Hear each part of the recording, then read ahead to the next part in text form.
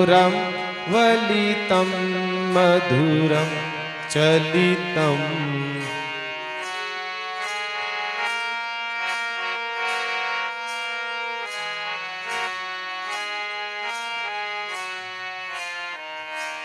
वेणुर्मधुरो रेणुर्मधुरो पाणिर्मधुरो पादो मधुरो नृत्यं मधुरम्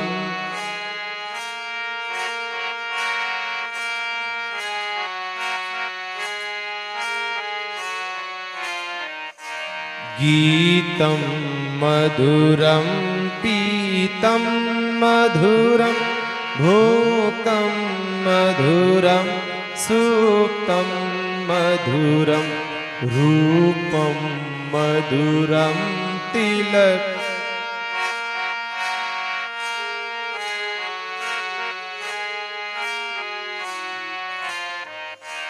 करणं मधुरं तरणं मधुरं हरणं मधुरं रमणं मधुरं वमितं मधुरं समित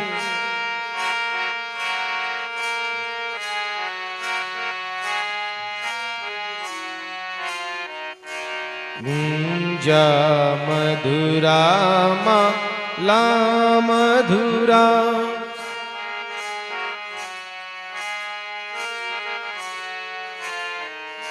सलिलं मधुरं कमलम्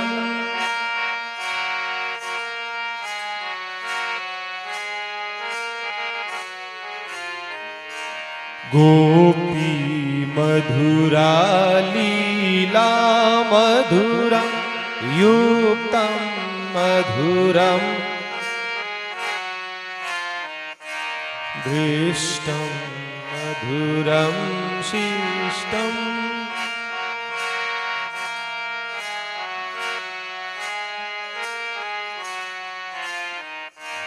गोपी मधुरा गा मधुरा यष्टिर्मधुरा सृष्टिर्मधुरा चलितम्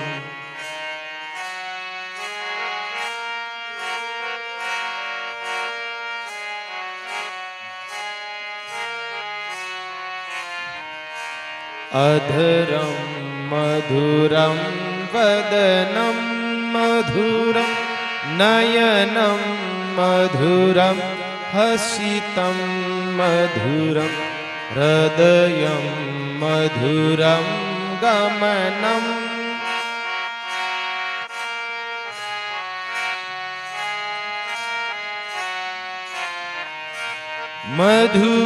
मधुराधिपते रखिलं मधुरं मधुराधिपते रखिलं मधुरं मधुराधिपते रखिलं मधुरम्। बोली कृष्ण कन्हैया लाल की जय, हनुमान जी महाराज की जय, अपने अपने माता पिता गुरुदेव की जय।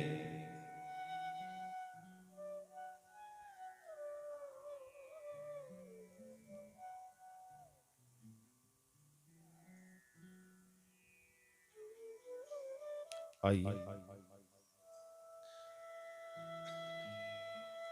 भगवान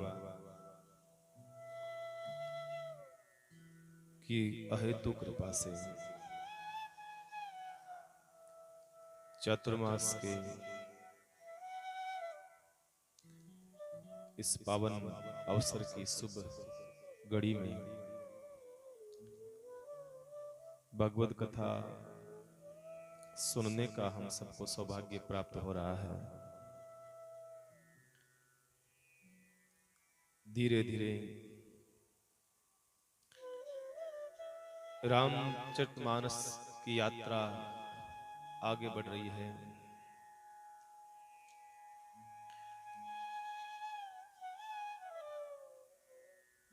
कल हम सब ने भगवान के स्वभाव का दर्शन करा।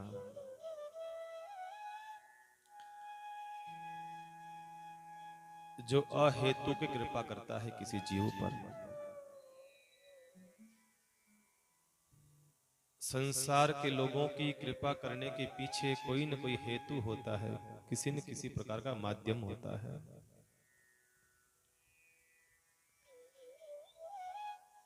अहेतु कृपा करने का सिर्फ और सिर्फ जो है भगवान ही और सद्गुरु ही कर सकते हैं।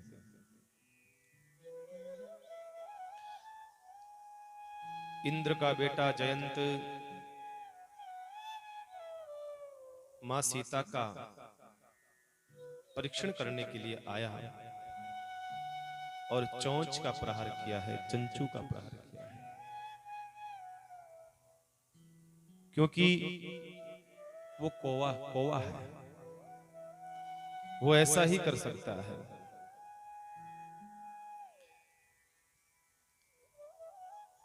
कौवा जो है कभी भी अच्छी चीज पर अपना दृष्टि नहीं डालता है। जिसकी आदत हो चुकी है बुरा खाने की, वो बुरी दृष्टि डालेगा।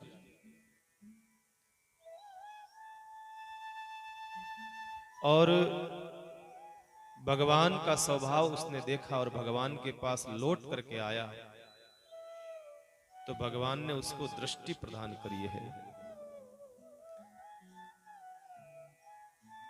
इतना बड़ा संकट उसके जीवन में आया और वो संकट टल गया। उसके पीछे मूल कारण क्या रहा है?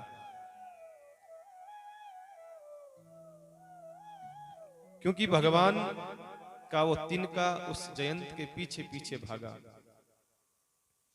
3 लोक में भागा, सब जगह गया, वो तिनका पीछे पीछे था।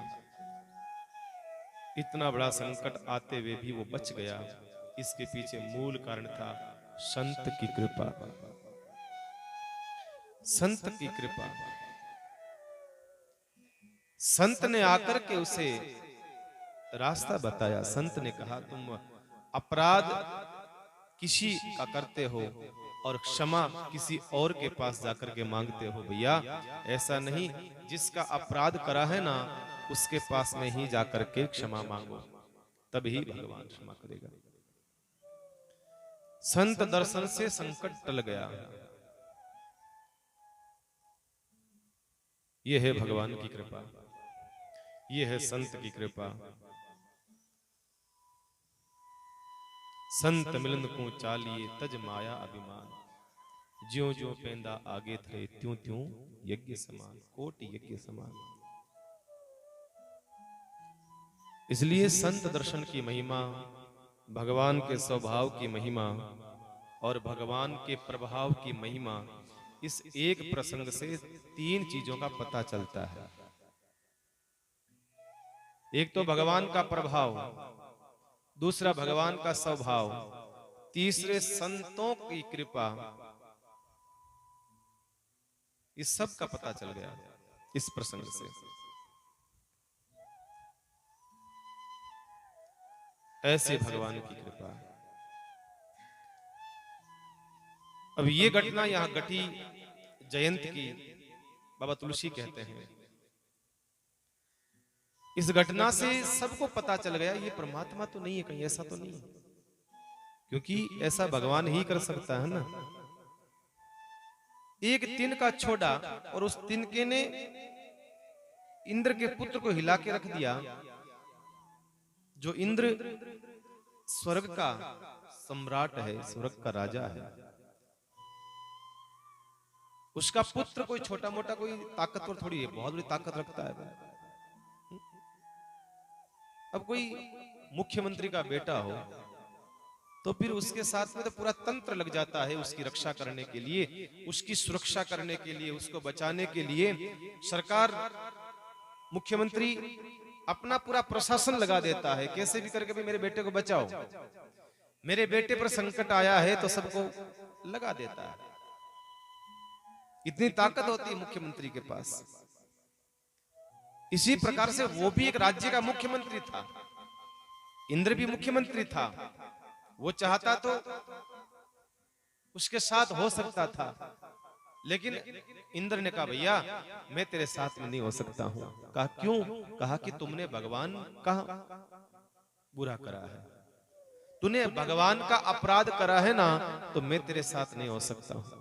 जो परमात्मा का अपराध करता है वो सजा खुद को ही भुगतनी पड़ती है। दरवाजा तक नहीं खोला, खिड़की से बाहर से ही मना कर दिया, चला जा यहां से, मेरे पास मत आना, चला जा। जो संत और भगवंत का बुरा करता हो, अपराध करता हो, उसको मैं भी शरण नहीं देता हूं। इसलिए ध्यान रखना बंधु, कभी भी जो धर्म का बुरा करे, संत मतलब धर्म,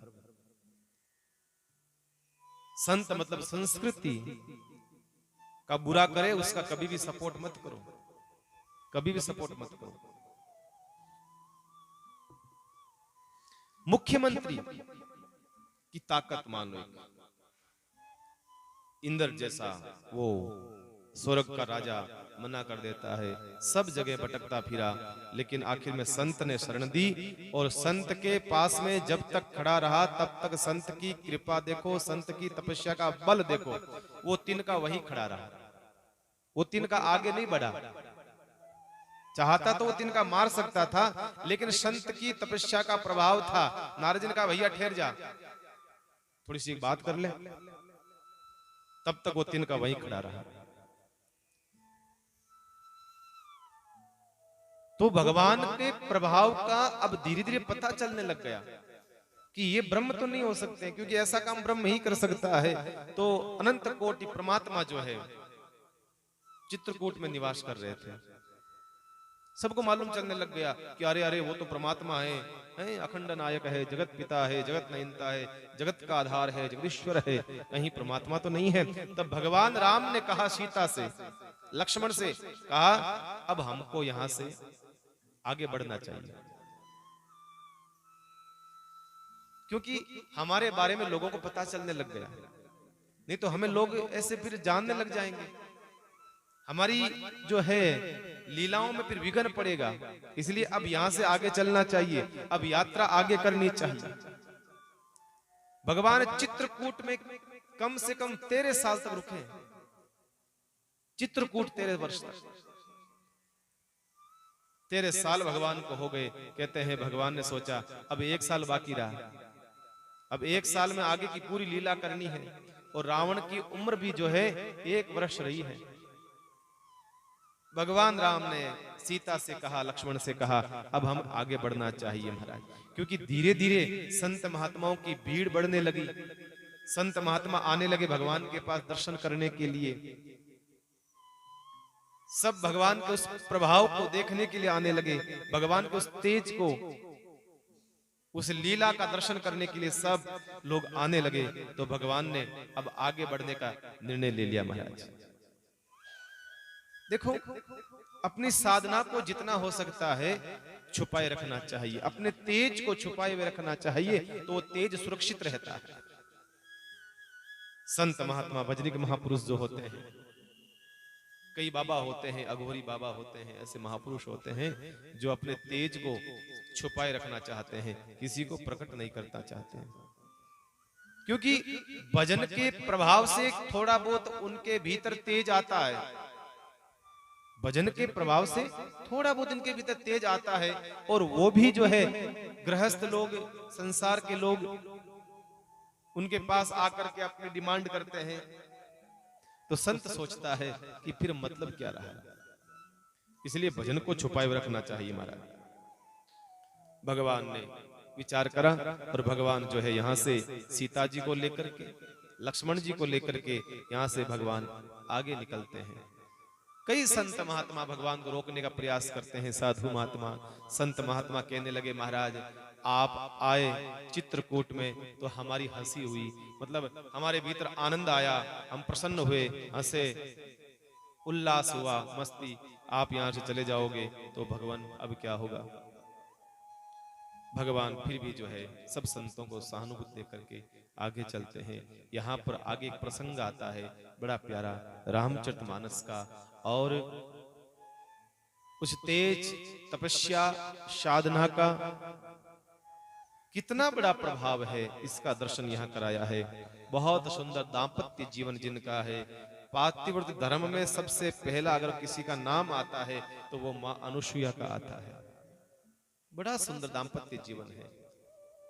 भगवान सीधे अत्रि और अनुसुईया के आश्रम पर भगवान पधारते हैं। अत्रि कौन? जो त्रिगुणातीत है, जो रजोगुण तमोगुण सतोगुण से तीनों गुणों से जो ऊपर उठ चुका है उसे ही अत्रि कहा है मानस ने। इस संसार में जितने लोग हैं कोई सतोगुणी मिलेंगे आपको, कोई रजोगुणी मिलेंगे, कोई तमोगुणी मिलेंगे। तीन प्रकार की ही सृष्टि है। संपूर्ण सृष्टि पर तीन प्रकार के लोग मिलेंगे, लेकिन कुछ लोग ऐसे होते हैं जो इन तीनों से ऊपर उठ जाते हैं। वो किसी अन्य गुणों में नहीं, वो परमात्मा के स्वरूप में ही वहां विराजमान करते हैं, शरीर में रह करके त्रिगुणों से ऊपर उठ जाते हैं।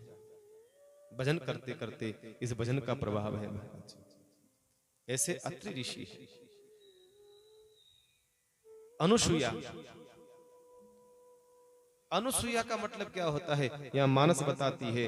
असूया नहीं हो जिसके भीतर। असूया का मतलब जिसके भीतर ईर्ष्या की भावना न हो, किसी की अच्छाई को देख करके चिढ़ता ना हो। लोग जो है महाराज किसी की अच्छाई को देख करके, किसी की प्रशंसा को देख करके लोग चिढ़ते हैं ना। ईर्ष्या से भी मैं कहता हूं कि अनुसुईया जो है ईर्ष्या से भी 2 कदम आगे असूया। ये खतरनाक होती है, बड़ी असूया। लेकिन वो अनुसुईया है, असूया नहीं, अनुसुईया है। आदमी की आधी बीमारी जो है ईर्ष्या है। ईर्ष्या। यहां अनुसुईया का जीवन का दर्शन कराया है बाबा तुलसी ने। बड़ा गजब का दाम्पत्य जीवन है। मैंने पहले भी कहा दाम्पत्य जीवन के अंदर जब तालमेल हो तो कहते हैं वो किसी न किसी साधन सिद्धि की ओर बढ़ ही जाता है महाराज। अगर दोनों का तालमेल होता है तो उनका श्रेष्ठ दाम्पत्य जीवन का दर्शन होता है। श्रेष्ठ। अत्रि का एक नियम था कि वो प्रत्येक एकादशी निर्जल होकर के करते थे, व्रत उपवास करते थे। उसमें एकादशी जो है बिना जल पिए हुए एकादशी करते थे। और प्रत्येक एकादशी, और हम लोग तो साल में एक आती है निर्जला एकादशी महाराज, उसमें भी हमारी आंखें तो हालत खराब हो जाती है। एक एकादशी आती है साल में सिर्फ, उसके भीतर भी हम सहन नहीं कर पाते। कारण क्या है? कारण और कुछ नहीं है। जैसे वो कर सकते हैं वैसे हम भी तो कर सकते हैं, लेकिन कारण यह है कि हमारी जो ऊर्जा है वो कहीं और लग रही है। हमारी जो ऊर्जा है वो और कहीं लग रही है। और एकादशी के दिन हमारी ऊर्जा जो है होना ये चाहिए कि सारी ऊर्जा भगवत चिंतन में लगे बस। और वो एकादशी का व्रत करते और पैदल जाकर के तीर्थराज प्रयाग में त्रिवेणी के संगम में स्नान करते थे। प्रत्येक एकादशी उनका नियम था। एकादशी का अर्थ यही होता है। एकादश मतलब 5 ज्ञानेंद्रियां, 5 कर्मेंद्रियां, एक मन, 11 को हम अपने वशीभूत करके और भगवान का भजन करें बस। अपनी बाह्य इंद्रियों को समेट करके अपने भीतर अंतर्मुख होकर के जरा साधना को बढ़ाएं। ये आज नाम की एकादशी है बस, और कुछ नहीं। साधना करो एकादशी पर जितना हो सकता है।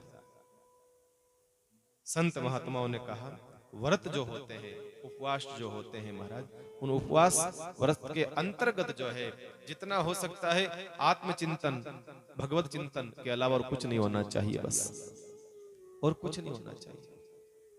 हमारी इंद्रियाएं, हमारी क्रियाएं सब संसार में लगी पड़ी है महाराज, सब लगी पड़ी है संसार में।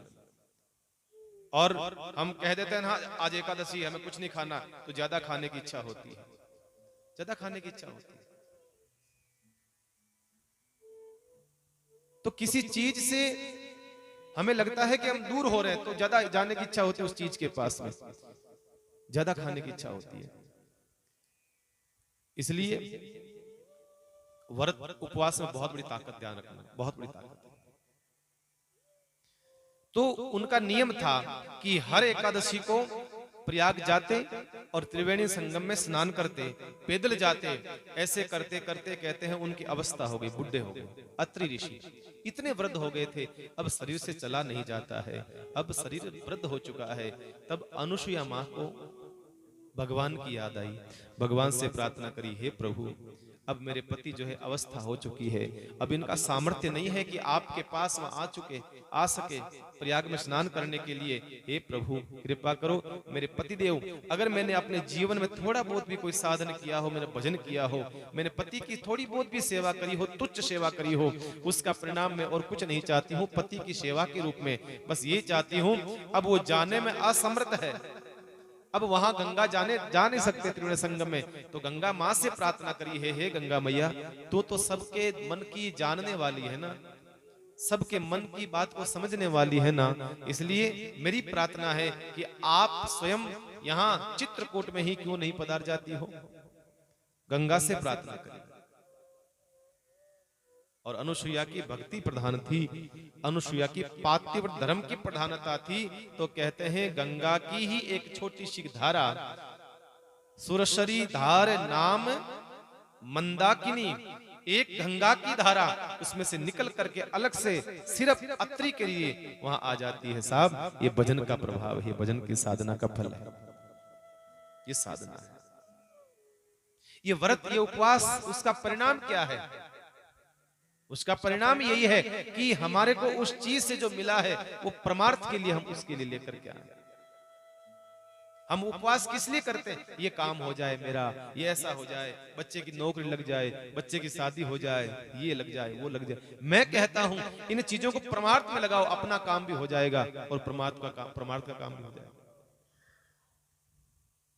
अब एक बात बताइए, यहाँ अनुसुईया ने जो भक्ति करी है, साधना करी है, उसका फल आज हम सबको मिल रहा है।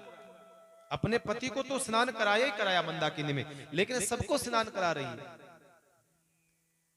जब भी व्रत उपवास होते हैं, ध्यान रखना परमार्थ के लिए करने का भाव होना चाहिए, तब जाकर के महाराज ऐसी सुरसरी, ऐसी गंगा में से एक धारा निकल करके आती है। अनुसुईया का तप का प्रभाव है, ये भजन का प्रभाव है अनुसुईया का, कि गंगा की धारा को मोड़ देती है।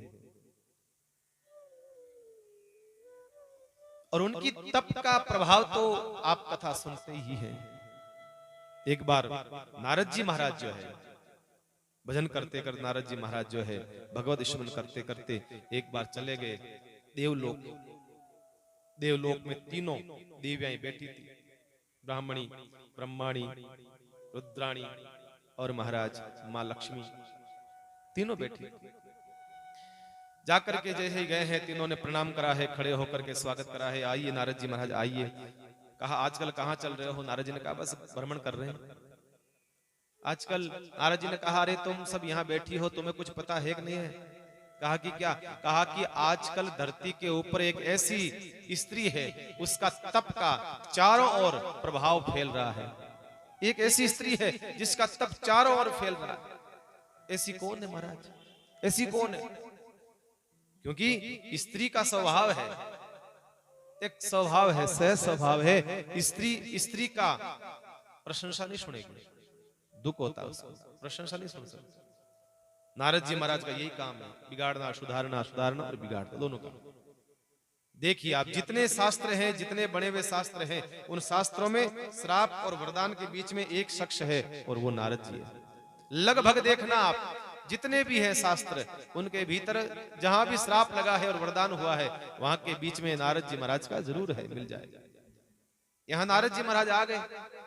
नारद जी का काम यही है, कहीं दाम्पत्य जीवन बड़ा प्रेम से चल रहा है, वहां आकर के बस लगा देते हैं, अगला जाने अगला काम जाने, बस यही काम। और नारद जी महाराज ने बड़ी प्रशंसा करी, आकर के अनुसुईया की। अरे अनुसुईया के बारे में नहीं सुना? कहा नहीं महाराज ऐसा क्या? अरे अनुसुईया तो ऐसी है, उसका तप ऐसा है, पातिव्रत धर्म के अंदर सबसे प्रथम नाम जो है धरती के ऊपर अनुसुईया का। अरे कहा हमारा कहा, तुम कहां अड़ती हो? कहीं नहीं अड़ती हो, इतना प्रभाव है, ऐसा प्रभाव है अनुसुईया का। और महाराज ये कह करके तो नारद जी तो वहां से किष्किंधा कांड का पाठ कर गए, चले गए वहां से, काम बना कर गए। अब शाम को तीनों देवता आए, और तीनों देवता जैसे आए, तीनों रानी, तीनों महाराज देवियां जो है मुंह फुला करके बैठी है। शंकर भगवान ने कहा अरे पार्वती आज हुआ क्या? बड़ी प्रसन्न होती है, रोज तो तू आकर के मेरी आरती उतारती है, बाहर आती है, मेरा स्वागत करती है जब मैं आता हूं भीतर कैलाश में। लक्ष्मी को भगवान विष्णु कहने लगे बात क्या है? ब्रह्मा जी को ब्रह्मा जी कहने लगे ब्रह्मणी को बात क्या? हाँ बात कैसे नहीं है, आपको पता होना चाहिए, आप जगत में फिर रहे हो, कुछ पता है कि नहीं है? कहा क्या हुआ? अरे कहा धरती पर कोई ऐसी अनुसुईया नाम की कोई स्त्री है जिसका तप, उसका तेज, उसका पातिव्रत धर्म पूरी धरती के ऊपर बखान हो रहा है, आपको पता नहीं है? कहा नहीं तो पता होना चाहिए, जाओ उसके धर्म की, तप की, उसके तेज की, पातिव्रत धर्म की जाओ परीक्षा लो। तीनों देवताओं ने कहा अच्छा परीक्षा ले, जबकि पातिव्रत धर्म की परीक्षा नहीं लेनी चाहिए, परीक्षा देनी चाहिए। ये परीक्षा लेने का विषय नहीं था, ये परीक्षा देने का विषय था। पर तीनों देवताओं की कोई लीला रही होगी, कोई न कोई, क्योंकि कोई भी कार्य के पीछे अवश्य कोई कारण होता है, अवश्य कोई कारण होता है, कहीं न कहीं भगवान की लीला का ही कोई कारण रहा होगा। तीनों देवताओं ने उन देवियों से कहा अवश्य जाएंगे, बिल्कुल जाएंगे। ऐसा कौन है जिसके तप की इतनी महिमा है? तीनों देवता आए, और तीनों देवता जो है भिक्षुक बन करके आए, भिक्षा मांगने वाले आए बन करके, और आकर के आवाज लगाई है भिक्षाम देहि। अनुसुईया के आश्रम पर, अत्रि के आश्रम के बाहर आकर के तीनों ने एक यति का वेश बनाया है, तीनों ने आकर के प्रार्थना करी है भिक्षाम देहि। अनुसुईया आई है, थाल लेकर के आई है और भिक्षा देने लगी। उसी समय तीनों ने कहा नहीं, इस प्रकार से भिक्षा नहीं लेंगे हम। तो फिर कहा हम भिक्षा लेंगे निर्वस्त्र होकर के, भिक्षा दीजिए हमें निर्वस्त्र होकर। अब एक स्त्री के जीवन में जो पतिव्रता धर्म की प्रथम अग्रदूत है, सबसे पहला जिसका नाम आता हो, और वो किसी पुरुषों के सामने निर्वस्त्र हो जाए तो उसका धर्म खंडित हो जाता है। उसी समय उसके हाथ में से थाली छूट गई। जैसे तीनों देवताओं ने कहा, तीनों देवताओं ने वो यति बन करके आए, भिक्षार्थी बन करके आए, और ये जब बात कही अनुसुईया से, अनुसुईया के हाथ में से वो थाल गिर गया। कहा कौन हो आप ऐसे मांगने वाले? अनुसुईया ने ध्यान लगा के देखा, मालूम चल गया ये तीनों देव हैं, और क्यों आए हैं? मेरी परीक्षा लेने के लिए। लेकिन खाली हाथ लौटाना ये गृहस्थ का धर्म नहीं होता है, जरा सीखिएगा यहां से भी। कभी भी खाली हाथ किसी को मत लौटाओ, इससे घर का हमारा पुण्य नष्ट होता है, ध्यान रखना। जो कुछ दे सकते हो, जो कुछ दे सकते हो उसको दे दीजिए। ये गृहस्थ का धर्म होता है कि कोई भी भिक्षार्थी मांगने वाला खाली हाथ हमारे घर से नहीं जाए। तो यहां पर अनुसुईया ने विचार करा कि खाली हाथ लौट के चले जाएंगे तो हमारे घर का पुण्य चला जाएगा। भिक्षा तो मैं देऊंगी और निर्वस्त्र होकर के दे दूंगी, कोई बात नहीं, अवश्य देंगे। और कहते हैं भीतर गई, भीतर जाकर के अपने पति की साधना का तेज का वो कमंडल पड़ा था, कमंडल लेकर के आई, कमंडल में से पानी लिया, पानी अभिमंत्रित करके तीनों उन यतियों पर डाला, और वो तीनों यति जो है छोटे छोटे बालक बन गए, 6-6 महीने के, 9-9 महीने के, 1-1 साल के छोटे छोटे बालक बन गए, एकदम छोटे छोटे। ब्रह्मा विष्णु महेश तीनों बालक बन गए। तीनों बालकों को लेकर के आई है अपनी कुटिया में, और उनको दूध पिलाया है, उनको दूध पिलाया। उनकी भिक्षा भी होगी दूध की, और उनको भिक्षा के नाम पर आए तो थे परीक्षण करने के लिए महाराज, पर स्वयं की परीक्षा हो गई। तीनों देवता वहीं खेल रहे, छोटे छोटे बने हुए भगवान ब्रह्मा विष्णु महेश तीनों। 2 महीने हो गए, 3 महीने हो गए, 4 महीने हो गए, 6 महीने हो गए, वहां पर इंतजार करती तीनों देवियां। अब आवे हमारा गणेश का पापा, अब आवे हमारा गणेश का पापा। पापा तो आवे कहीं, पापा तो बटे पापा खुद बड़ा पड़िया छोटा बच्चा, आवे कहां से। अब इंतजार कर रही है, यहाँ ब्रह्माणी इंतजार कर रही है, उधर लक्ष्मी जी इंतजार कर रही है, उधर रुद्राणी इंतजार कर रही है, सब इंतजार कर रहे हैं, आवे आवे आवे आवे। इतने में नारद जी महाराज आए, नारायण नारायण, क्योंकि नारद जी को वापस काम सुधारना भी तो है, बिगाड़ने का काम नारद जी का है, तो सुधारने का काम नारद जी का। आगे नारद जी 6 महीने बाद वापस। अरे क्या बात है लक्ष्मी जी, बड़ी उदास बेटी हो, क्या हुआ? क्यों थाके बे पतो निकट गया, कौन है? अरे थाके बे, अरे नाम तो अल्लाह का, अरे मारा प्रियतम कहाँ गए? का पता नहीं, जानकारी नहीं है महाराज, गुमशुदा रिपोर्ट करवाई, अखबार में दिया, टीवी में दिया, पर कहीं पता नहीं चला। अब पता नहीं, आप बताओ कहाँ है, कहाँ चले गए? भगवान नारद जी ने कहा चिंता मत करो, मैं यहाँ से देख रहा हूँ, मुझे सब पता है, वो और कहीं नहीं गए हैं, आपके तीनों के देव जो है वहां खेल रहे हैं, अत्रि ऋषि के आश्रम में खेल रहे हैं, तीनों जाकर के लेकर के आ जाओ। गए तो थे परीक्षा करने के लिए, हो गई उनकी खुद की परीक्षा, इसलिए तीनों वही हैं। मालूम चला है तीनों देवियां भागी भागी गई और जाकर के मां अनुसुईया के सामने हाथ जोड़े हैं तीनों देवियाओं ने, कहा हे मां, हे अनुसुईया मां, कृपा करो आप। कहा अरे देवियों आप कौन हो? तीनों ने परिचय दिया, मैं हूं रुद्राणी, मैं हूं लक्ष्मी, मैं हूं ब्रह्माणी। क्या चाहिए? कहा कि हमारे पति जो है आपके बालक रूप में यहाँ है, जरा हमें वो लौटा दीजिए, हमें क्षमा करें, हमारी गलती हो गई, हमने आपकी परीक्षा के लिए भेजा, लेकिन हमने ऐसा नहीं करना चाहिए था, अपराध हो गया, क्षमा करो हमें। अच्छा अच्छा अच्छा, वो तुम्हारे पति है? कहा हाँ, चलो वो देखो वो खेल रहे हैं सब, उसमें सो रहे हैं, कोई पालने में सो रहा है, कोई कहीं है, देख लो, ढूंढ लो, अपने पति ले जाओ। अब तीनों गई वो अपने अपने पति को ढूंढने के लिए। अब समस्या थी कि छोटे छोटे बालक है, अब किसमें से कौन सा ब्रह्मा है, कौन सा विष्णु है, कौन सा महाराज महेश है, अब पता कैसे करें? पार्वती ने सोचा कि कहीं मेरा हाथ विष्णु को लग गया तो महाराज समस्या हो जाएगी, रॉन्ग नंबर लग जाएगा, अब इसकी पहचान कैसे करें? तीनों छोटे छोटे बालक हैं और तीनों ही की पहचान करना बड़ा मुश्किल काम है, पहचान नहीं कर सकती, तो वापस लौट करके आई, चरणों में गिरी अनुसुईया के कि कृपा करके पुनः हमें प्रदान करिए। कहते हैं उनको पति के रूप में प्रदान करते हैं। तीनों को एक रूप में दर्शन ये भी होता है दत्तात्रेय के रूप में, उनको अपने पति लौटाए, लेकिन उनका जो गुण है गुण मिल करके कहते हैं दत्तात्रेय के रूप में भगवान का अवतार भी होता है। इस प्रकार से कहते हैं कि पातिव्रत धर्म की परीक्षा करी नहीं जाती है, परीक्षा दी जाती है, ली नहीं जाती है। यहां परीक्षा ली है, उसका परिणाम ये हुआ। और देखिए आप, ऐसा धर्म था उसका पातिव्रत धर्म कि भगवान स्वयं दर्शन करने के लिए जाते हैं, बुलाए नहीं गए थे, न तो अत्रि ने बुलाया, न अनुसुईया ने बुलाया भगवान को कि हमारी कुटिया में आओ, हमें दर्शन दो, नहीं। भगवान कहना चाहते हैं कि ऐसी सतीव्रता हो, ऐसी पतिव्रता हो, ऐसी तपस्या करने वाली हो, तो उसका दर्शन करने के लिए मैं खुद जाता, मैं खुद जाता।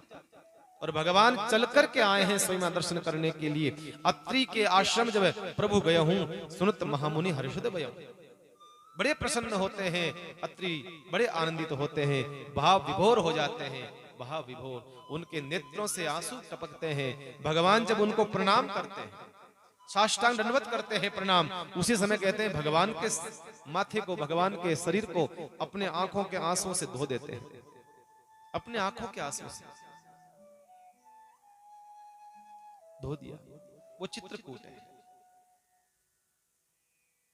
जहां भगवान के लिए महाराज संत महात्मा इतने भावुक हो जाते हैं। भगवान जब विदा होने लगे भगवान, तब भी इतने भावुक हो गए थे सब संत महात्मा। भगवान से कहते हे प्रभु, आप हमें छोड़ करके जा रहे हैं, क्योंकि हमारे बीच में कोई 5 दिन 10 दिन 1 महीना रह जाता है, उससे बड़ी हमें घनिष्ठता हो जाती है, बड़ा प्रेम हो जाता है। लेकिन भगवान यहाँ 13 साल तक रुके हैं। कोल किरात वो भील जाति निषाद जाति के लोग भगवान के चरण पकड़ लेते हैं। प्रभु आपके आने से तो रोशन हुआ है हमारा जीवन, आपके आने से तो हम थोड़ा बहुत प्रसन्न रहने लगे हैं, और आप जब चले जा रहे हो तो फिर हमारा क्या होगा? भगवान को पकड़ लेते हैं वो कोल भील किरात निषाद जाति के लोग। तब भगवान ने कहा चिंता मत करो, मेरी चेतना जो है सदैव हमेशा चित्रकूट में निवास करेगी। देखिए भगवान कह करके जाते हैं, मैं तो शरीर से जा रहा हूं पर मेरी चेतना जो है चित्रकूट में हमेशा के लिए निवास करेगी। आप कभी जाइएगा चित्रकूट, अकेले जाइएगा, और आप जब अकेले जाएंगे सड़क मार्ग से और परिक्रमा लगाएंगे जब कामदगिरी की, तो हमें ऐसा लगेगा कि हमारे साथ कोई चेतना चल रही है। हमें ऐसा महसूस होगा, हमें ऐसा प्रतीत होगा कि हमारे साथ में कोई चल रहा है। और आज भी चित्रकूट वही है जो चित्रकूट भगवान राम के समय त्रेता युग में था, आज भी चित्रकूट वही है महाराज। ना भाव में अंतर है, ना प्रभाव में अंतर है, ना स्वभाव में अंतर है, किसी प्रकार का अंतर नहीं है आज भी। बाकी तीर्थों में मैं नहीं कह सकता हूं, बाकी तीर्थों में थोड़ा बहुत समय के साथ में बदलाव आया ही है महाराज, थोड़ा बहुत बदलाव आ गया है। और सबसे बड़ी बात बताता हूं कि चित्रकूट के स्वरूप में कोई बदलाव नहीं आया। बाकी जैसे वृंदावन जाओ आप, वृंदावन के स्वरूप में बड़ा बदलाव आ गया है, काफी बदल गया है स्वरूप में। वृंदावन में आप जाते हो ना, तो देखिए आप पहले वृंदावन क्या था, आज से 50 वर्ष पहले, 60 वर्ष पहले, 70-80 साल पहले वृंदावन कैसा था, आज कैसा है, उनके स्वरूप में बड़ा बदलाव आ गया है। पर चित्रकूट संत महात्मा कहते हैं, महापुरुष कहते हैं, चित्रकूट उस समय में जैसा था, भगवान राम के युग में जैसा था, आज भी भगवान के राम के जैसा चित्रकूट आज भी ही दर्शन होता है। बाकी तीर्थों में बदलाव आ गया है, स्वरूप में बदलाव आ गया है। वृंदावन आदि गुणवत्ता का नहीं कह सकता, गुणवत्ता वो ही मिलेगी ऐसी बात नहीं, पर स्वरूप में धीरे धीरे बदलाव आ जाता है किसी स्थान का। भगवान की चेतना वहां आज भी निवास करती है। भगवान ने कहा, भगवान अत्रि से मिलते हैं, अनुसुईया से मिलते हैं। अत्रि को चरणों में प्रणाम करा है, और बुढ़ी माँ है अनुसुईया। जानकी जी को कहा है भगवान राम ने, जाओ जानकी जी, बहुत बड़ा खजाना हमारे पास में है, जाओ लूट लो। कौन? अनुसुईया माँ। ये वृद्ध लोग जो हैं वो खजाना ही तो है, जाकर के जरा बैठो, इनसे बहुत कुछ प्राप्त होगा, बहुत कुछ सीखने को मिलेगा। तुम जाओ कुटिया में, कुटिया में जाकर के माँ अनुसुईया के चरण पकड़ो, और वो आशीर्वाद देगी। वो आशीर्वाद हमें आगे की यात्रा में तुम्हारे काम आएगा। जैसे ही माँ जानकी उस कुटिया के भीतर जाती है, क्या देखा? सामने पूर्णिमा का चंद्रमा की तरह चमकता हुआ वो चेहरा, अवस्था बिल्कुल एकदम लगभग बुढ़ापे की पूरी अवस्था पूर्णता की ओर है। और तेज मतलब ये है कि हालांकि सब अनुसुईया के पूरे चेहरे पर झुर्रियां पड़ी हुई है, कमर झुकी हुई है, पूरे श्वेत बाल हो रखे हैं, वस्त्र श्वेत पहन रखे हैं, लेकिन उसके जो तेज है, उसकी तेज चमक चेहरे की है, कहते हैं महाराज बड़ी गजब की है। जानकी जी जब दर्शन करा है मां अनुसुईया का, धन्य हो गई, और जाके चरणों में प्रणाम करा है। जैसे ही प्रणाम करने लगी, अनुसुईया ने उठा लिया, अरे अरे अरे अरे, आप तो जगत जननी है, मैं जान गई आपको, आपको मैं पहचान गई, आप साधारण नहीं है, आप जानकी जी हैं, आप मुझे प्रणाम ना करिए। मां अनुसुईया के तेज को देख करके जानकी ने कहा, हो ये होता है भजन का प्रभाव। तेज था तपस्या का तेज। देखो तेज कौन सा होता है? तेज खाने पीने का तेज नहीं होता, कोई खाते हैं पीते हैं तो बढ़िया चमकदार चेहरा होना चाहिए, तेज वो नहीं कहलाता है। तेज होता है तपस्या का, तेज होता है साधना का, तेज होता है सत्य का, तेज उसको कहा है। बाकी शहर में रहने वाला व्यक्ति काजू खाता है, बादाम खाता है, मलाई खाता है, कोई कुछ खाता है, और वो फिर चेहरा चमकता है, एकदम बढ़िया चमकता है। उसको तेज नहीं कहा है, तेज तो उसको कहा है कोई महापुरुष, कोई सन्यासी फकीर जंगलों में रह रहा है, फल खा रहा है, पत्ते खा रहा है और पानी पीता है, उसके चेहरे का जो तेज है, तेज असली तेज तो वो कहलाता है। वो संसार का जो भोगी है उसका तेज देखिएगा और साधु का तेज देखिएगा, वो बड़ा अंतर होता है उसके भीतर। अच्छा खाने से आपके शरीर को तेज मिल सकता है, अच्छा खाने से आपकी देह को पुष्टि मिल करके आपके शरीर को ऊर्जा मिल सकती है, आपके शरीर का तेज दिख सकता है। बाकी आत्मा का जो तेज होता है वो किसी महापुरुष का है, किसी संत का हो सकता है। ऐसे ऐसे महापुरुष बैठे हैं। इसलिए कई महापुरुष, जब आप देखिएगा, जब कुंभ में हम जाते हैं साहब, अगर संतों का दर्शन करना है तो मैं कहता हूं कुंभ से बड़ी कोई जगह नहीं है साहब। उस समय जाइएगा, ऐसे ऐसे महापुरुष होते हैं जो कभी बीच में नहीं आना चाहते, वो संसार से दूर रहना चाहते हैं, बिल्कुल उनको संसार से कोई मतलब नहीं है, संसार से दूर रहना चाहते हैं। लेकिन कुंभ का बड़ा महत्व होता है, कुंभ का बड़ा महत्व होता है। इसलिए वो कुंभ स्नान करने के लिए संत महात्मा आते हैं। उस समय जरा हमें भी दर्शन करने का मौका मिल जाता है। उस समय वो महापुरुष फकीर अपने तेज को या तो दाढ़ी में ढक लेते हैं, दाढ़ी के द्वारा शरीर को पूरा राख से लपेट लेते हैं, कितना मेल जमा हुआ रहेगा शरीर के ऊपर, कितना सारा मेल होता है, लंबी लंबी जटाएं होती है, एकदम शरीर अलग सा होता है। मतलब वो दिखाई देना नहीं चाहते हैं कि हम कैसे हैं, हमारी साधना कैसी है, नहीं, वो जान करके ऐसे रहते हैं कि ताकि संसार का कोई व्यक्ति हमारे नजदीक ना आए, हमसे उपेक्षा करे। इसलिए वो संत महात्मा ऐसे रहते हैं। भजन ऐसे साधन इसलिए भजन करते हैं महाराज। अच्छा भोजन करने से तेज नहीं बढ़ता है, हमारा स्वास्थ्य बढ़ता है। अच्छा भोजन करने से तेज नहीं बढ़ेगा। अच्छा भोजन करने वाला देखिएगा आप महाराज, बढ़िया खाने पीने वाला, उसको 2-4 बार सीढ़ियों से चढ़ाओ उतारो, चढ़ाओ उतारो, अपना आप मालूम चल जाएगा कितना तेज है महाराज। हाँपू हाँपू हाँपू हो जाएगा। उसे तेज नहीं कहा है, वो सिर्फ एक ढांचा बना रखा शरीर का, एक दिखने के हिसाब से एक अच्छा लगे इसलिए। बाकी महापुरुषों ने तेज उसको नहीं कहा है, तेज तो कहा है तप सत्य को कहा है, तपस्या को कहा है, भजन को तेज कहा है महाराज। और तेज बढ़ता है तप के प्रभाव से। और तप किसको कहते हैं? संतों ने कहा है, देखो संकटों में भी, विपत्ति में भी, समस्या में भी सत्य का आचरण करे, सदाचार का आचरण करे और स्वभाव विकृत ना हो, उसे ही महाराज आदमी ने तप कहा है। वो तपस्या है। मन में विकृति ना आए, उस परिस्थिति में भी वो तेज है। मां ने कहा, जानकी जी तुमने धर्म को बचा लिया, तुमने नारी के धर्म को बचा लिया तुमने।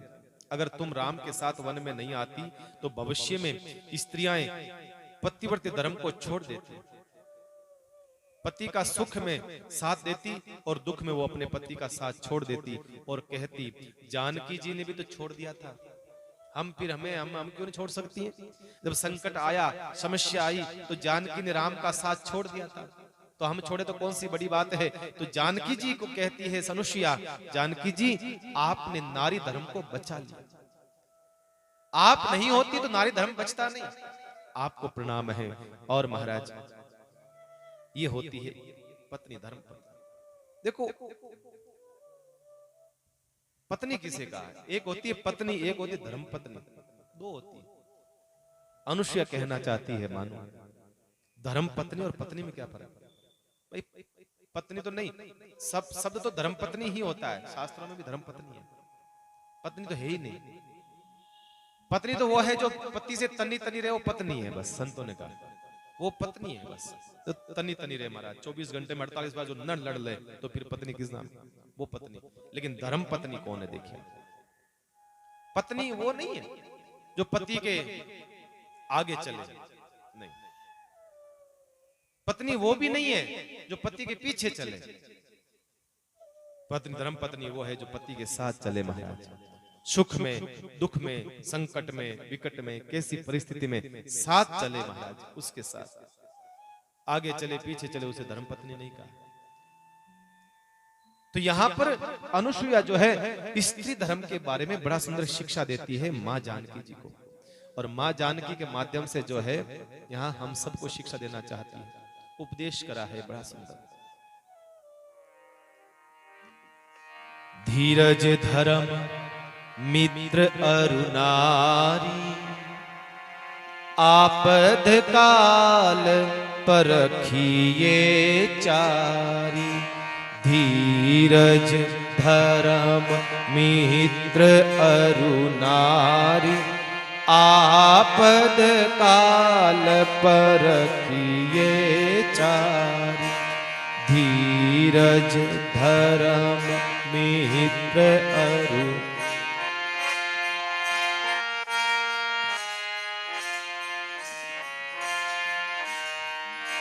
श्री राम जय राम जय जय राम। श्री राम जय राम जय जय राम। श्री राम जय राम जय जय राम। श्री राम जय राम जय जय राम। श्री राम जय राम जय जय राम। श्री राम जय राम जय जय राम।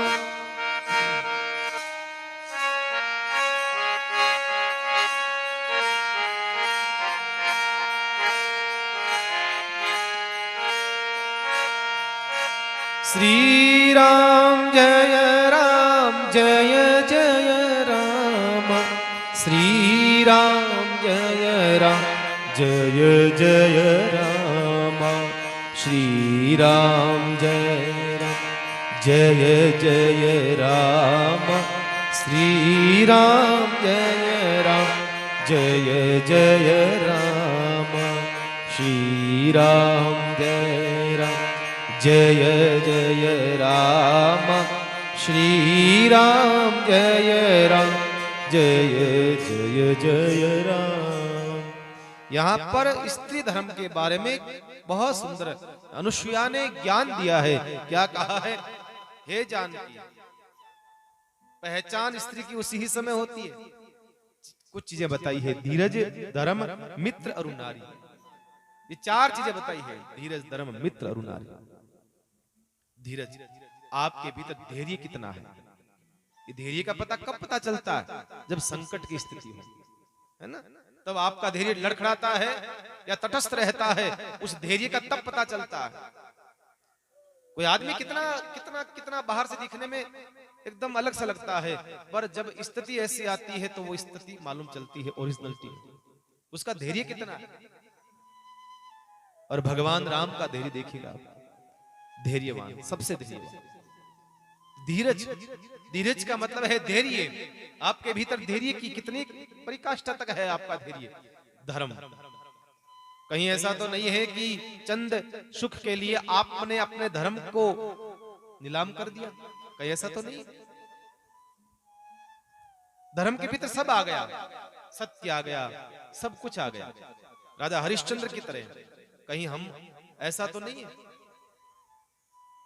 जीवन देखिए राजा हरिश्चंद्र का, महाराज अपने आप को बेच दिया लेकिन धर्म को नहीं बेचने दिया, अपने सत्य को नहीं बिकने दिया। बताइए, मित्र, आपका मित्र जो है संकट के समय आपके साथ में खड़ा हो, वो मित्र है। और स्त्री कौन? जो आपकी विपत्ति के समय आपके साथ में हो, वो स्त्री है। आपद काल परखिए चारी, इन चारों की परीक्षा जो है संकट में होती है। उस समय आपकी उसके साथ परीक्षा होगी, बाकी परीक्षा कैसे होगी? यहाँ पर अनुसुईया ने बहुत विस्तार के साथ में स्त्री धर्म के बारे में उपदेश करा है, विस्तार करा है। फिर पति कैसा होना चाहिए, फिर कहा पति कैसा भी हो उस पति की सेवा करनी चाहिए, चाहे वो लूला हो, लंगड़ा हो, गूंगा हो, बहरा हो, कैसा भी हो, मारता हो, पीटता हो, सबके लिए कहा है वहां। तो फिर भी आपका पति है। यहाँ पर अनुसुईया ने बहुत विस्तार से वर्णन करा है भाई, उस पर मैं नहीं जाऊंगा। क्योंकि बहुत लंबा है। मैं तो कहता हूं क्योंकि परिस्थिति भी नहीं है, आज कलिकाल चल रहा है, थोड़ा समय बदल गया है, थोड़ा समय चेंज हो गया है, इसलिए जैसा मौसम है वैसा कपड़े पहनने चाहिए। इस विषय के ऊपर मैं विस्तार नहीं करना चाहता। अनुसुईया को जो ज्ञान है बड़ा अद्भुत ज्ञान है, बहुत गहराई वाला ज्ञान है। पति के विषय में जो उपदेश दिया है, शास्त्रों में तो शाश्वत सत्य ही बातें लिखी गई है, शास्त्रों में तो, पर कौन सी औषधि कब लेनी चाहिए ये विवेक जरा वक्ता में होता है, कैसे लेनी चाहिए। तो पति के धर्म के बारे में पत्नी को दर्शन कराया है कि कैसा होना चाहिए जीवन। स्त्री के वाणी का संयम रखना चाहिए, पति की सेवा करना चाहिए, ये सब उपदेश करा है। और फिर जो है दिव्य वस्त्र दिए हैं, दिव्य वस्त्र प्रदान किए, जो ना तो कभी गंदे होते हैं, ना मेले कुचेले, ना कभी फटते हैं, ना कुछ होता है, ना सिकुड़ते हैं। ऐसे दिव्य वस्त्र जो है मां अनुसुईया ने सीता जी को दिए हैं, क्योंकि अनुसुईया दूरदृष्टि की जानकार थी। अनुसुईया जानती थी कि मां सीता का अपहरण होगा, लेकर के जाएगा रावण, उस समय वस्त्र कहाँ होंगे, इसलिए ऐसे वस्त्र दिए हैं अनुसुईया को। अनुसुईया ने कभी गंदे नहीं होते, कभी गंदे नहीं होते, कभी बदबू नहीं आती है, कभी फटते नहीं है। आहा, कितना बढ़िया काम है भाई, है? नहीं तो वॉशिंग मशीन लगाओ, सर्फ डालो, धोवो, निकालो, सुखाओ, समस्या खत्म। ऐसे दिव्य वस्त्र एकदम नवीन, ऐसे लगते हैं अभी अभी खरीद करके लेके आए दुकान से, ऐसे दिव्य वस्त्र दिए हैं। आप सोच रहे हो कि एड़ी साड़ी मन दे दे भगवान, एक तो हमारा समस्या खत्म हो जाए। माता मैंने ऐसी सुंदर वस्त्र जानकी जी को अनुसुईया मां ने दिए हैं, अपने तेज के प्रभाव से ऐसा दिव्य वस्त्र उनको कहा है, ऐसा भूषण प्रदान किए हैं। मां अनुसुईया ने कहा ये बेटा ये तुम ले लो। अब भगवान राम जो है वहां से आगे बढ़े हैं। एक विराट नाम का राक्षस आता है जो मां जानकी के ऊपर आक्रमण करने लग जाता है।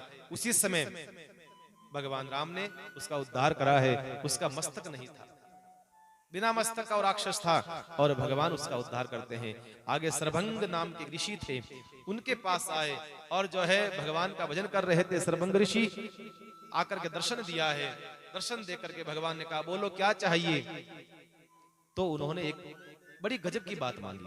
क्या कहा, हे भगवान मेरे मन में आपको लेकर के मन में अभिमान बना रहे कि मैं आपका दास हूं, ये मेरे भीतर अभिमान रहे, बस और कुछ नहीं। भगवान ने आशीर्वाद दिया और उनकी चेतना को भगवान ने अपने अंदर समाहित किया और भगवान आगे चलते हैं।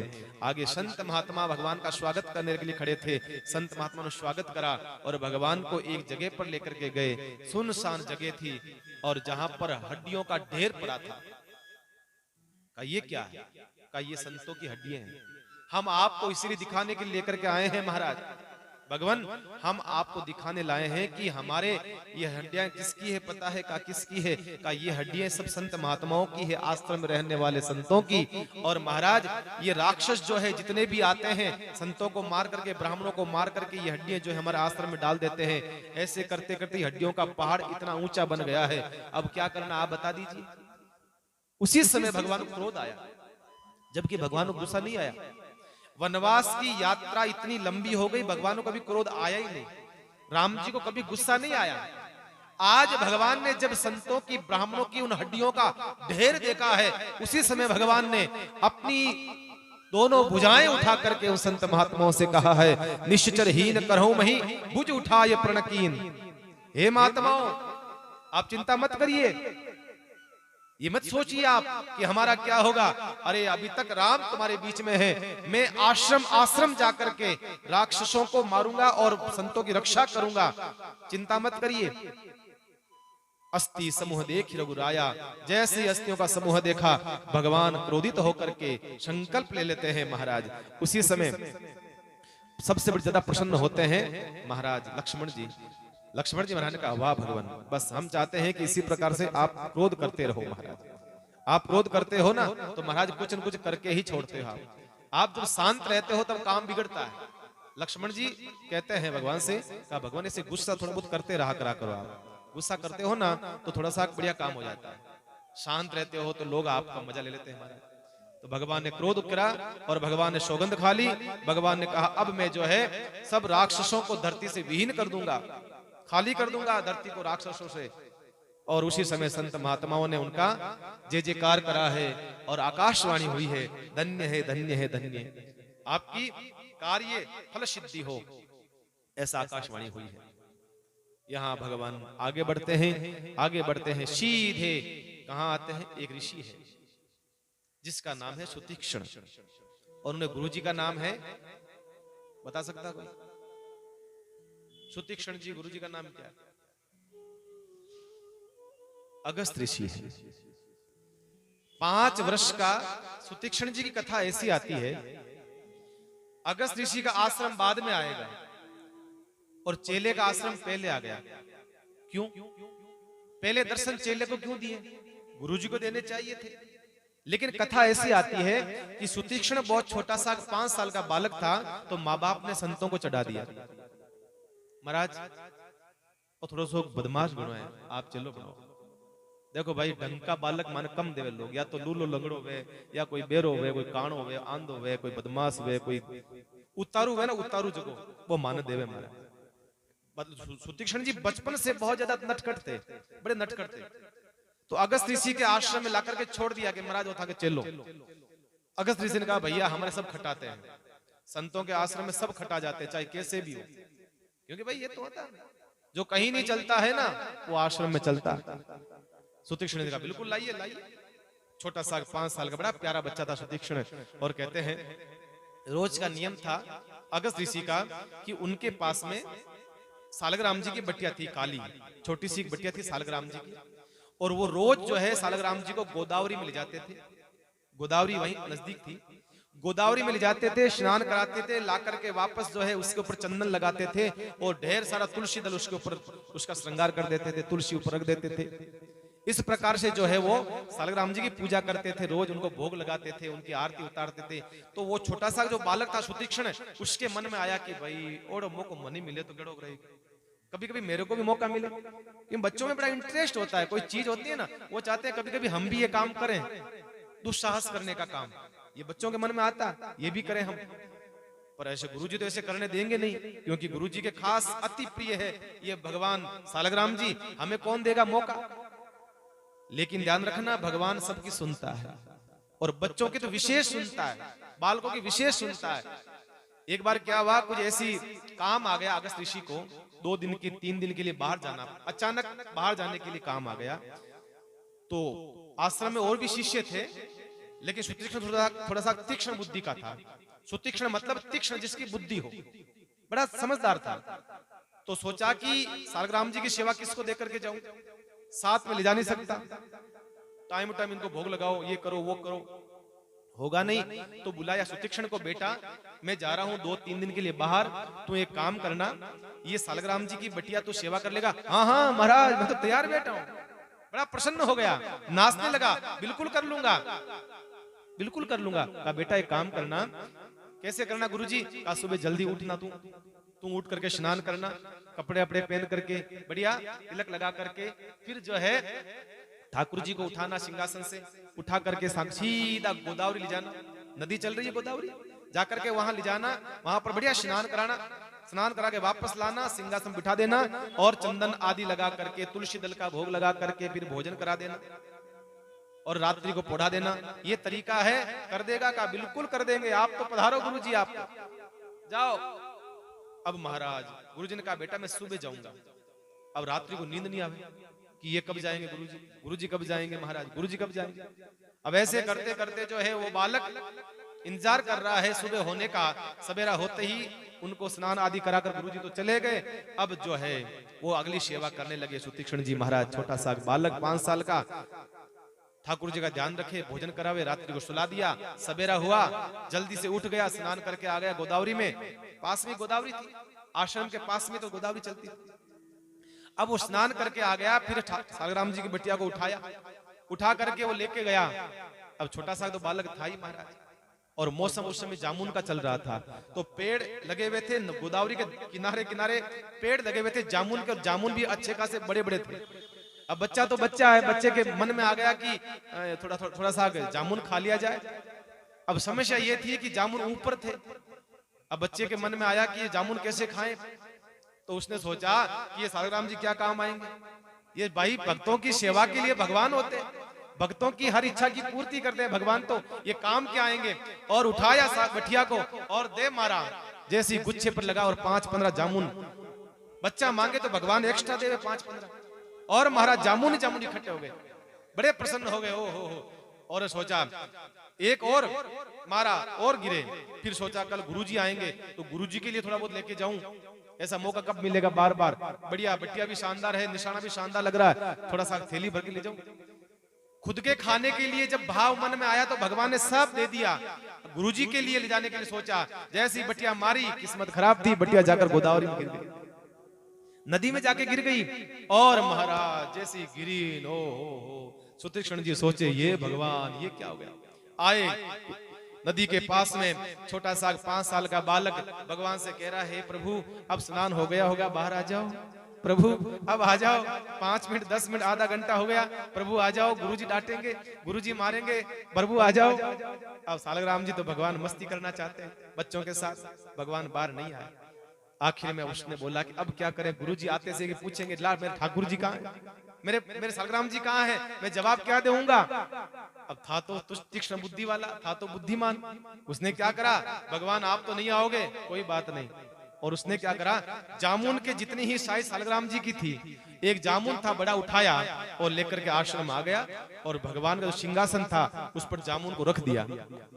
वो भी काला, सालग्राम जी भी काले, एकदम बढ़िया गोल मटोल, एकदम बढ़िया फूट रख दिया, तिलक लगा दिया, चंदन लगा दिया, तुलसी दल ऊपर रख दिए और आराम से उनकी सेवा करी। और महाराज रात्रि के समय गुरुजी आ गए। गुरुजन का बेटा सुबह मैं पूजा कर लूंगा, चिंता मत कर। चेले ने मन में कहा चिंता मैं नहीं, चिंता आप करोगे, मैं चिंता क्यों करूं, सवेरे मालूम चलेगा आप। सवेरा हुआ तो महाराज जो है लेकर के गए, उस जामुन को लेकर के गए गोदावरी में, और जैसे स्नान कराने के लिए ऐसे ऐसे करा और महाराज ऊपर गुदा निकल गया, गुटली हाथ में आ गई। सोचा कि भगवान छोटे कैसे हो गए, जब गया था तो भगवान तो बड़े थे, इतने छोटे से भगवान कैसे हो गए। आए गुस्सा करा, क्रोध है सुतीक्ष्ण इधर आ। अब महाराज घबरा, क्या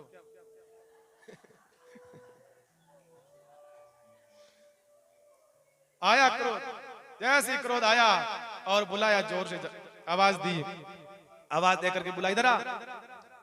समझ गए सुतीक्ष्ण जी महाराज, घबराते हुए डरते डरते थर-थर कांपते कांपते आए और कहा, हाँ गुरुदेव ये क्या है, ये क्या है। ये भगवान तो है आपके। ऐसे कौन से भगवान हैं, ये भगवान घस गए महाराज, छोटे कैसे पड़ गए। सुतीक्ष्ण छोटा सा बालक बोला, महाराज गुरुदेव अब आप रोज सुबह सुबह बेचारे को इनको रगड़ते हो, रोज उठा करके रोज रगड़ते हो, पुनि पुनि चंदन पुनि पुनि पानी, ठाकुर जी गल गए तो हम क्या जानी, रोज उठ करके रगड़ते हो, सुबह रगड़ते हो तो गल गए तो हम क्या करें हैं?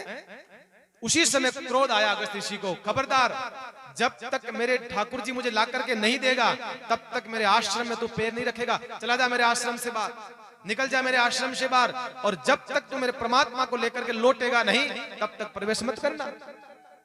कहते हैं उस समय बाहर निकाल दिया।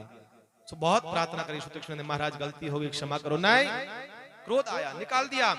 तब जाते जाते एक बात कह करके गया सुतीक्ष्ण, गुरुदेव आज आपने मुझे बाहर निकाला भगवान को लाने के लिए, अब मैं तभी लौटूंगा जब भगवान मेरे पास में होंगे, तभी लौटूंगा। तब कहते हैं तब से चले गए, आश्रम बहुत दूर बना लिया। तो आज भगवान जो है सबसे पहले सुतीक्ष्ण के पास में आए और दर्शन दिया। सुतीक्ष्ण से कहा, बोल बेटा तुझे क्या चाहिए। तो सुतीक्ष्ण ने कहा, महाराज जिस प्रकार से आपने मुझे दर्शन दिया है इसी प्रकार से आप मेरे गुरुजी को भी दर्शन दीजिए। और महाराज कहते हैं मुझे लगता है शायद ये संपूर्ण इतिहास का पहला उदाहरण होगा, संपूर्ण इतिहास का पहला उदाहरण होगा। नियम तो यह है कि गुरु की कृपा से भगवान मिलता है, लेकिन आज पहली बार इतिहास बदल रहा है, शिष्य की कृपा से गुरु को भगवान का दर्शन होने जा रहा है। महाराज पहली बार, आज पहली बार शिष्य ने कहा गुरुदेव के पास चलो, चल भाई, भगवान भी ये चाहता था। और कहते हैं सीता, जानकी मैया, लक्ष्मण जी महाराज और जो है लेकर के आया है, आवाज लगाई है गुरुदेव गुरुदेव पधारो बाहर। तब कहा मैंने तेरे को बोला ना तू मत आना, जब तक भगवान को लेकर के नहीं आओ तब तक। अरे कहा भगवान, अरे मैं लेकर के जानकी को आया हूं, लखनलाल को, भगवान को साक्षात लेकर के आया हूं, बाहर तो आओ। अगस्त ऋषि जब बाहर आकर के देखा आज महाराज परमात्मा खड़ा है, ठाकुर खड़ा है, भगवान को देख करके अगस्त ऋषि प्रसन्न हो गए, भाव विभोर हो गए। भगवान ने प्रणाम करा, ऋषि को उठाया, गले लगा लिया। कहते हैं भगवान से भी ज्यादा गले लगाया, लाड करा, प्यार करा, कोड करा। किसके प्रति? सुतीक्ष्ण के प्रति। कहते हैं आज भगवान से भी ज्यादा प्रिय सुतीक्ष्ण लग रहा है। आज इतना अच्छा लग रहा है सुतीक्ष्ण महाराज, आज धन्य हो गए। कहते हैं सुतीक्ष्ण ऋषि को कहा बेटा तूने धन्य कर दिया मेरे को। मैं तो आज तक इसी ही में था, सोच में था कि मैं भक्ति कर रहा हूं। भक्ति तो भैया तेरी थी, जो तूने मुझे भगवान का दर्शन कराया है। भक्ति तो तूने करी है, तो तूने मुझे भगवान का दर्शन करा दिया बेटा। मैं धन्य हो गया, मैं धन्य हो गया। और कहते हैं यहाँ भगवान जब आए, भगवान ने पूछा, फिर ऋषि से पूछा कि महाराज अब मुझे जरा राक्षसों के मारने की विधि बताइए, क्योंकि अब भगवान राक्षसों को मारेंगे आगे, तो विधि पूछी है, तो राक्षसों के मारने की विधि बताई है। फिर यहाँ से भगवान कहते हैं अब मैं कुछ समय के लिए और रहना चाहता हूँ। कहाँ रहूं? तो कहते हैं पंचवटी में जाकर के रहने का स्थान बताया है। आप एक काम करिए प्रभु, यहाँ से थोड़े से आगे जाएंगे तो पंचवटी नाम का एक स्थान आएगा, आप पंचवटी स्थान पर आप रहिए, वहां निवास करें। भगवान जानकी को लेकर के सीधे पंचवटी पधारते हैं। ये पंचवटी क्या है?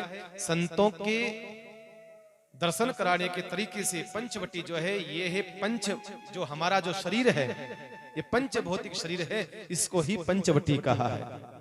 ये वीरान हो चुका है महाराज, ये पतझड़ वाला हो चुका है, इसलिए कहा है इसमें बसंत लाने के लिए परमात्मा का होना जरूरी है महाराज, परमात्मा का होना जरूरी है।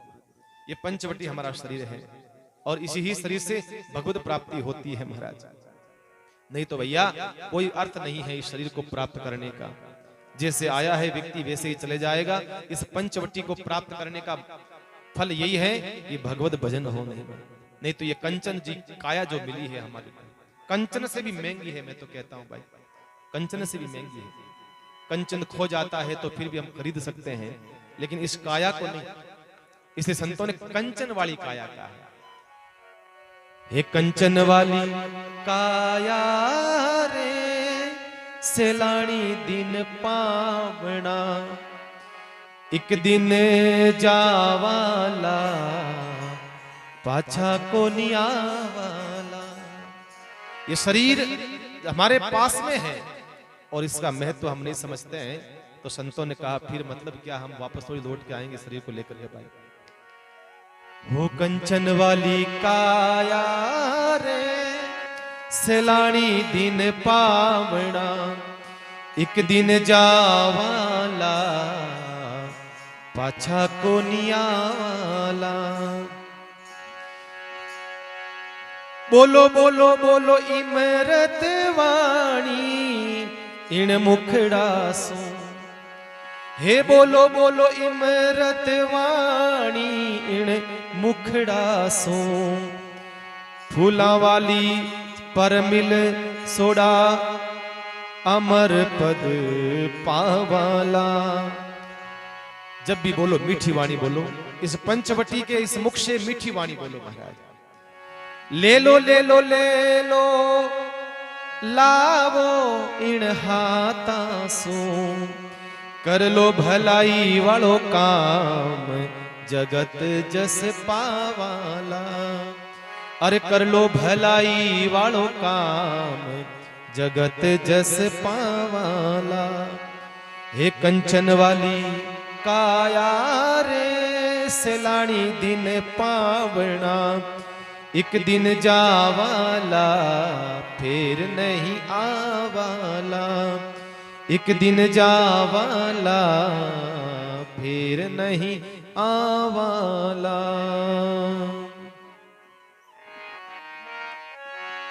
मिलनो वे तो मिल लो रे जगत रा मिन खासो। मिलनो वे तो मिल लो रे जगत रा मिन खासो। मेलो यो बिछड़ियो जाय पछे पछतावोला। मेलो यो बिछड़ियो जाय पचे था पिछता बोला। कंचन वाली काया रे सेलानी दिन पावना, एक दिन जावाला फेर कोनी आवाला। गाना वे तो गालो रे गुरु जी वाला गीतड़ला, अजी गाना वे तो गालो रे गुरु जी वाला गीतड़रा। भैरव भज मन राम अमर हो जावाला, अरे भैरव भज मन राम अमर हो जावाला। अरे कंचन वाली काया रे सेलानी दिन पावना, एक दिन जावाला फेर को नियावाला। एक दिन जावाला फिर नहीं आवाला। ले लो ले लो ले लो रे भलाई इण हाथा सो, कर लो भलाई वालो काम पाछे पिछता वाला।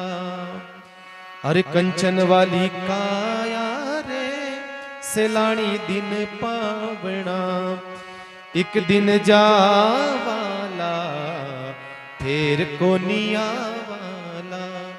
अजी एक दिन जावाला फिर नहीं आवाला। इसलिए इस शरीर को ही संतों ने पंचवटी का नाम दिया है, ध्यान रखना बंधुओं। और भगवान जिस पंचवटी में, इस शरीर में भगवान नहीं है तो भैया ये शरीर महाराज शमशान है, शरीर किसी काम का नहीं है, किसी काम का नहीं। अगर परमात्मा नहीं है तो भाई किस काम का है। तो भगवान को ऋषि ने कहां भेजा, सीधा पंचवटी भेजा है। महाराज आप जाकर के पंचवटी निवास करिए, क्योंकि पंचवटी में श्रापित है, वहां पर कोई रह नहीं सकता है। आप जाओगे, आप रहोगे तो महाराज श्राप से मुक्त हो जाएगी, इसलिए आप पंचवटी पधारिए। और भगवान जब रहने आ जाता है तो फिर सब लोग रहने आ जाते हैं, सब रिश्ते, सब नाते, सब घर कुटुंब कबीले सब इस पंचवटी से प्रेम करते हैं। और भगवान ही प्रेम नहीं करे महाराज, इधर मान लो इसके भीतर से परमात्मा निकल जाए तो इस पंचवटी को फिर लोग क्या करते हैं, क्या करते हैं, सीधा ले जाते हैं शमशान। इस पंचवटी से परमात्मा के रहने से ही महत्व है।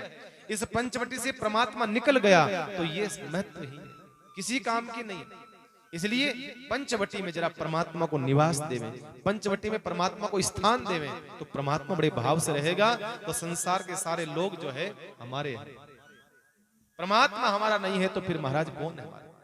इस प्रकार से भगवान लक्ष्मण जी को लेकर के, मां जानकी को लेकर के पंचवटी पधारते हैं। और भगवान की बड़ी सुंदर जो है यहां से अब कल से जो है जानकी जी लीला शुरू करेंगे और किस प्रकार से महाराज जो है